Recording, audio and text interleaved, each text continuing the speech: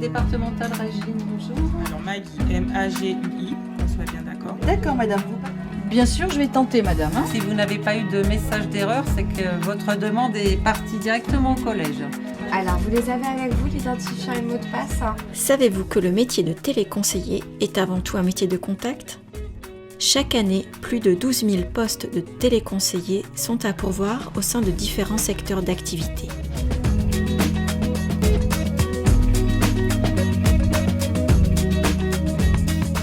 Comment se passe un appel? Donc on réceptionne l'appel, on va se présenter, conseil départemental, et à la suite de ça, on va demander l'objet de l'appel à la personne. On va tenter de lui répondre si toutefois on est apte à pouvoir répondre. Si on ne peut pas, on va transférer au service. Si on ne peut pas transférer au service, on va tenter de soit lui donner un mail pour qu'elle puisse contacter la personne ou de prendre ses coordonnées afin de la rappeler une fois qu'on aura obtenu les réponses.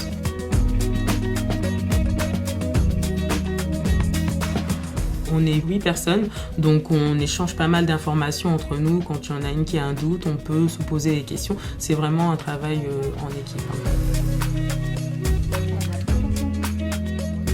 Étant donné que ça bouge et ça évolue, même au niveau du département, des agents, il faut se remettre à jour.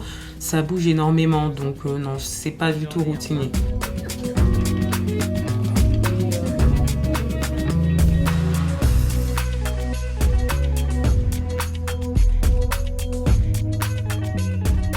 Ces objectifs varient en fonction des secteurs d'activité, mais ces missions y sont similaires. L'écoute, l'accompagnement, le renseignement. Le téléconseiller est un appui pour ses clients. Il est celui qui les oriente, les aide, celui qui répond à leurs attentes et leurs demandes. Doué de qualités relationnelles, il sait créer une relation de confiance avec l'appelant. Il est attentif, disponible et cherche à l'aider au mieux et au plus vite à lui apporter une solution. Il offre un véritable service d'accueil et d'écoute. Moi, je ne pourrais pas vous répondre car la direction des transports est fermée entre midi et 2. Je vous invite donc à nous rappeler à partir de 14h pour qu'on puisse se mettre en relation auprès d'eux. Il faut que la personne puisse se sentir en confiance, qu'on fait toujours passer le sourire pendant nos communications, donc quand on répond avec une voix assez douce. Et être patiente aussi, parce que des fois on a des usagers qui appellent, qui sont un peu énervés face à une situation, donc pouvoir les rassurer tout simplement et apporter une réponse si à notre niveau on est capable de leur apporter.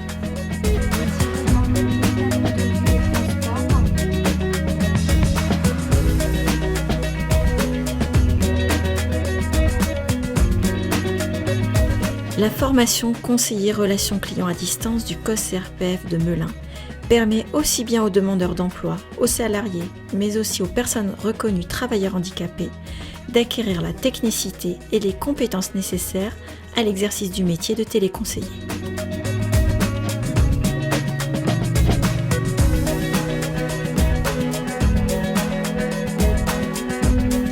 Les techniques qui sont dispensées à tous les candidats pour cette formation conseiller relations clients à distance. Il y a deux façons de faire, le front office et le back office. Le front office, ce sont des campagnes d'appel où là, ils feront des campagnes avec le téléphone, avec un logiciel dédié pour ces campagnes.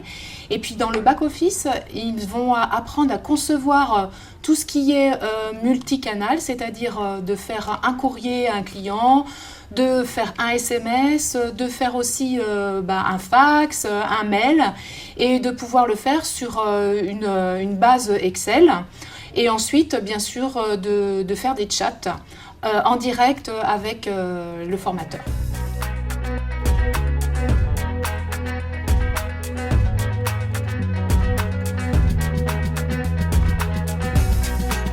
Les qualités requises pour exercer ce métier, je dirais tout d'abord vraiment une bonne aisance relationnelle.